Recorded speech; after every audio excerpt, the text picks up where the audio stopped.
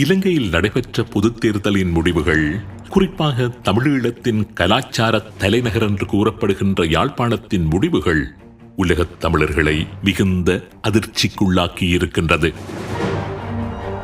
தமிழ் மக்களுக்கு இழைக்கப்பட்ட அத்தனை இன்னல்களினதும் பங்காளிகளாக அடையாளப்படுத்தப்பட்ட ஜேவிபி தலைமையிலான தேசிய மக்கள் சக்தி யாழ்ப்பாணத்தில் 3 ஆசனங்களை கைப்பற்றி பெருவெற்றியீட்டியிருக்கின்றது. கடத்தினுள் இறங்கி வரும் 3 மாதங்கள் மாத்திரமே அரசியல் செய்தவரும், தேர்தல் காலப்பகுதியில் அதிக சர்ச்சைகளுக்கு உள்ளாகியிருந்தவருமான வைத்தியர் அர்ஜுனாவை வெல்ல வைத்து அழகு பார்த்திருக்கின்றார்கள் யாழ்ப்பாண தமிழ் மக்கள். இலங்கை சுதந்திரம் அடைந்து அடுத்த வருடமே ஆரம்பிக்கப்பட்டு கடந்த 75 வருடங்களாக தமிழ் மக்களது தேசிய விடுதலைக்காக அளப்பரிய அர்ப்பணிப்புகளை செய்திருந்த தமிழரசுக் கட்சியை கிட்டத்தட்ட மண்கவ்வ வைத்திருக்கின்றார்கள் யாழ் மக்கள். தமிழ் இன விடுதலைக்காக வென்று ஆயுதம் ஏந்தி போராடி பின்னர் அரசியல் நீரோட்டத்தில் இணைந்து கொண்ட அத்தனை அமைப்புகளையும் யாழ்ப்பாணத்தில் இருந்த இடம் தெரியாமல் வேரோடு பிடுங்கி எறிந்து விட்டிருக்கின்றார்கள் தமிழர்கள். தேர்தல் முடிவுகள் வெளியாகும் அந்த கணம் வரை யாருமே எதிர்பார்க்காத முடிவுகள். தமிழ் அரசியல் கட்சிகளை மாத்திரமல்ல, சிங்கள தலைமைகளை மாத்திரமல்ல, ஒட்டுமொத்த ராஜதந்திர வட்டாரங்களையே உலுக்கிவிட்டுள்ள தேர்தல் முடிவுகள் தான் யாழ்ப்பாண தமிழ் மக்கள் வழங்கிவிட்டுள்ள இந்த தீர்ப்பு. தமிழ் தேசியத்தை விட்டு யாழ் தமிழர்கள் அந்நியப்பட்டு விட்டார்கள் என்கின்ற விமர்சனங்கள் ஒரு பக்கம், அனுர அலையில் யாழ் சமூகமும் அடைத்துச் செல்லப்பட்டு விட்டது என்கின்ற கவலை மறுபக்கம், நன்றி கட்டவர்கள், பச்சோந்திகள், தருணம் தப்பிகள், சுயநலவாதிகள், இப்படியான வசைப்பாடல்களினால் சமூக ஊடகங்கள் மூச்சு திணறிக் கொண்டிருக்கின்ற இந்த நேரத்தில் ஒரு புத்திஜீவி சமூகம் என்று அழைக்கப்படுகின்ற யாழ் தமிழ் மக்கள் ஏன் இப்படியான ஒரு முடிவினை எடுத்தார்கள் என்று பார்ப்பது காலத்தின் ஒரு மிகப்பெரிய தேவையாக இருக்கின்றது. சமூக ஊடகங்களில் பேசப்படுவது போன்று உண்மையிலேயே தமிழ் தேசியம் என்கின்ற விடயத்தை யாழ் தமிழ் மக்கள் கைவிட்டு விட்டார்களா? யாழ்ப்பாண தமிழ் மக்கள் வழங்கியுள்ள இந்த தீர்ப்பின் பின்னால் உள்ள காரணம் என்ன? இதற்காக அவர்கள் ஜேவிபி என்கின்ற தேசிய மக்கள் சக்திக்கு அமோக ஆதரவை வழங்கியிருந்தார்கள். இதற்காக வைத்தியர் அர்ஜுனா போன்ற ஒருவரை தமது பிரதிநிதியாக நாடாளுமன்றம் அனுப்பி வைத்தார்கள் யாழ் தமிழர்கள்.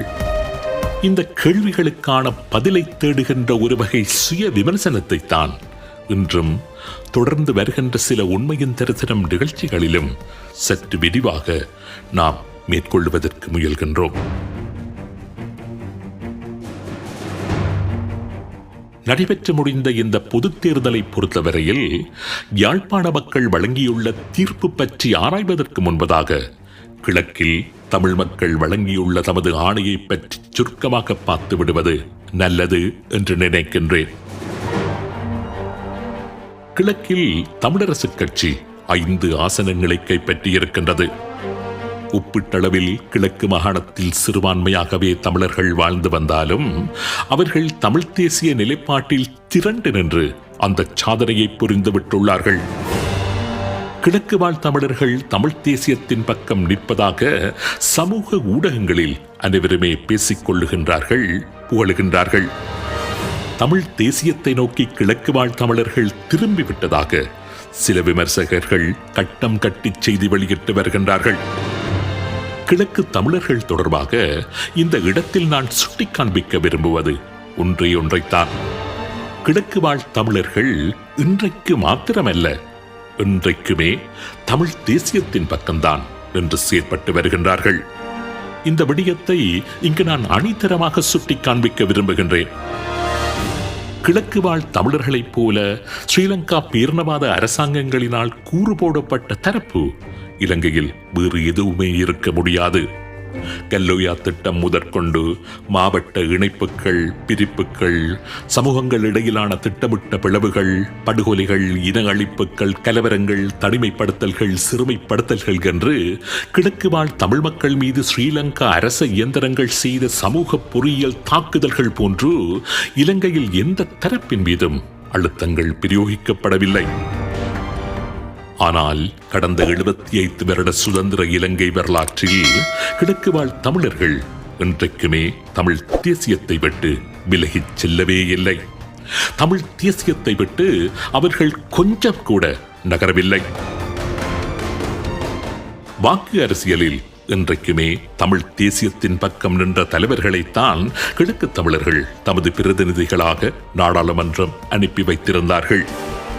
எதிரிகள் என்னதான் தந்திரங்கள் செய்தாலும், சோஷியல் என்ஜினியரிங் என்கின்ற சமூக பிளவுகளை திட்டமிட்டு அரங்கேற்றினாலும் கிழக்கு தேர்தல் தொகுதிகளில் தமிழ் தேசியத்துடன் நிற்கும் பிரதிநிதிகளைத்தான் அவர்கள் நாடாளுமன்றம் அனுப்பி வைத்தார்கள். நாடாளுமன்றம் சென்ற பின்னர் சில பிரதிநிதிகள் வேண்டுமானால் கொள்கை தடுமாறி இருக்கலாம். ஆனால் கிழக்கு தமிழர்கள் இன்றைக்குமே தமது தேசிய கொள்கையில் தடுமாறவே இல்லை. ஒரு சந்தர்ப்பத்தில் தமிழ் இளைஞர்கள் ஆயுதமேந்தி போராட ஒன்று திரண்ட போது அந்த போராட்டத்திற்கான அடிப்படை தேவைகளாக கருதப்பட்ட தரப்படுத்தல் முறைமையோ அல்லது தனிச்சிங்களம் என்ற திணிப்போ கிழக்கு வாழ் தமிழ் இளைஞர்களுக்கு ஒரு பாரிய நெருடலாக இருக்கவே இல்லை. அந்த நேரத்தில் அப்படியிருந்தும் தேசியம் என்கின்ற தளத்தில் நின்று சுயநலம் இல்லாமல் போராடியவர்கள்தான் கிழக்கு தமிழ் இளைஞர்கள். இன்னும் கூறப்போனால் ஸ்ரீலங்கா அரசாங்கம் அறிமுகப்படுத்திய தரப்படுத்தலினால் தென்னிலங்கை இளைஞர்களை விட அதிகம் நன்மை அடையக்கூடிய அனுகூலம் கிழக்கு தமிழ் இளைஞர்களுக்கே இருந்தது. ஒப்பீட்டளவில் கல்வியில் பின்தங்கிய நிலையில் இருந்த கிழக்கு தமிழ் இளைஞர்கள் பல்கலைக்கழகம் செல்வதற்கு அதிக வாய்ப்பினை ஏற்படுத்தியிருந்த ஒரு வரப்பிரசாதமாகத்தான் தரப்படுத்தல் முறைமை உண்மையிலேயே அமைந்திருந்தது கிழக்கு இளைஞர்களுக்கு. ஆனால் ஒரு தேசமாக, ஒரு இனமாக தமிழ் தேசியம் என்கின்ற பாதையில் திரண்டு இணைந்து போராடி பல ஆயிரம் உயிர்களை அர்ப்பணித்தவர்கள்தான் கிழக்கு தமிழர்கள்.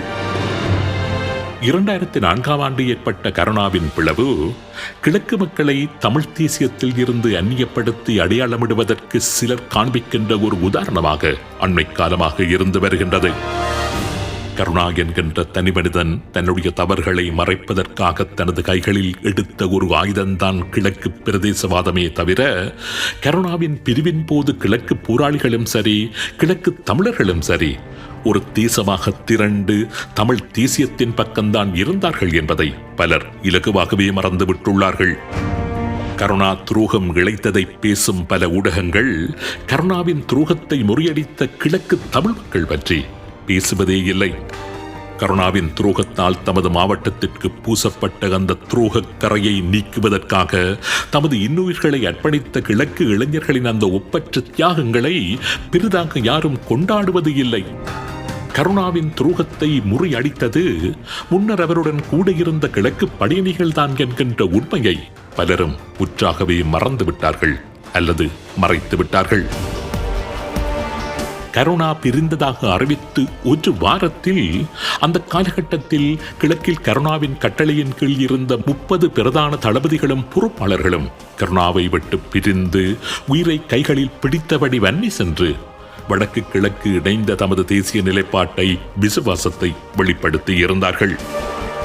அடுத்த நாள் தனது திருமணம் நடைபெறும் என்று நிச்சயிக்கப்பட்ட நிலையில் கௌசல்யன் என்கின்ற வட்டக்கிழப்பு அரசியல் துறை பொறுப்பாளர் தனது மனைவியையும் விட்டுவிட்டு வன்னிக்கு சென்று தனது தேசியத்தை நிலைநிறுத்தியது மாத்திரமல்ல, அந்த செயலுக்காக அடுத்த சில மாதங்களில் தனது உயிரையும் கூட அர்ப்பணித்திருந்தார். முறிஞ்சான் மாமா என்கின்ற ஒரு தளபதி ஜான்சன் மோட்டார் படையணிக்கு பொறுப்பாக இருந்தவர். கருணாவிடம் இருந்து மட்டக்கிழப்பை மீட்பதற்காக வெறிகள் 6 வழியாக வன்னியில் இருந்து வந்து கொண்டிருந்த படையணிகளை சிதறடிப்பதற்கான கட்டளை பிறப்பிக்கப்பட்டு ஏராளமான மோட்டார்கள், எறிகணைகள், எறிகணை செலுத்திகளுடன் வெறிகளாற்றின் இந்த கரையில் அவர் கருணாவினால் நிலைநிறுத்தி வைக்கப்பட்டிருந்தார். வன்னியில் இருந்து வந்த படையணிகள் வெறிகளாற்றில் கரையிறங்கிய போது ஒரு எறிகணையை கூட அவர்களை நோக்கி செலுத்தாமல் அத்தனை எறிகணைகளையும் எறிகணை செலுத்திகளையும் கவனமாக பாதுகாத்து கிழக்கிற்கு வருகை தந்த படையணிகளிடம் ஒப்படைத்து தனது தேசிய விசுவாசத்தை நிலைநிறுத்தியிருந்தார். அவரின் அந்த செயலுக்காக சில மாதங்களிலேயே துரத்தி அவர் வேட்டையாடப்பட்டு கொடூரமாக கொல்லப்பட்டார்.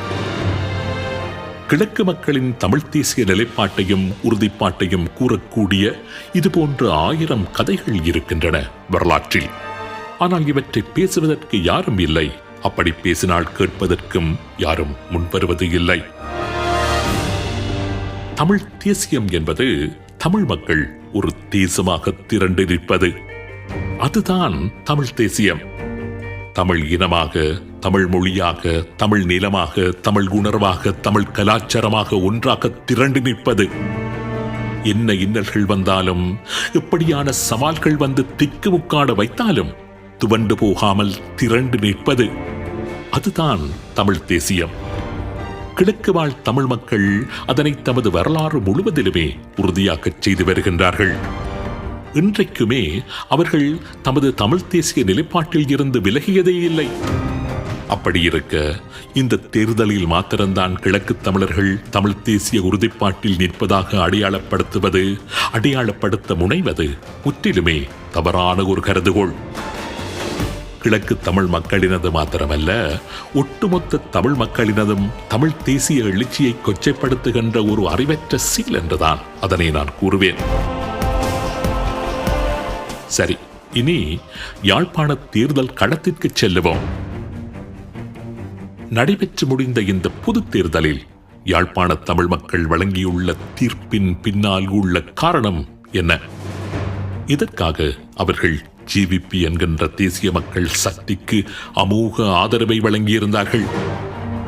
இதற்காக வைத்தியர் அர்ஜுனா போன்ற வெறும் 2 மாதங்கள் மாத்திரமே தமிழ் மக்கள் மத்தியில் அரசியல் செய்த ஒருவரை தமது பிரதிநிதியாக நாடாளுமன்றம் அனுப்பி வைத்தார்கள். சமூக ஊடகங்களில் பேசப்படுவது போன்று உண்மையிலேயே தமிழ் தேசியம் என்கின்ற விடயத்தை யாழ் தமிழர்கள் கைவிட்டு விட்டார்களா? தமிழ் தேசியத்தில் இருந்து அவர்கள் அந்நியப்பட்டு நிற்கின்றார்களா? என்னை கேட்டால் யாழ் தமிழர்கள் தமது கொள்கையில் முன்னர் போலவே உறுதியாக இருக்கின்றார்கள் என்றுதான் நான் கூறுவேன். இன்னும் குறிப்பாக கூறுவதானால், யாழ் மக்கள் தமது தமிழ் தேசிய பாய்ச்சலுக்கான ஒரு பாரிய தளத்தை இந்த தேர்தலில் தயார்படுத்தி இருக்கின்றார்கள் என்றுதான் கூறுவேன். இந்த தேர்தலில் யாழ்ப்பாண தமிழ் மக்கள் ஒரு மாபெரும் சுத்திகரிப்பை தமது அரசியலுக்குள் செய்திருக்கின்றார்கள்.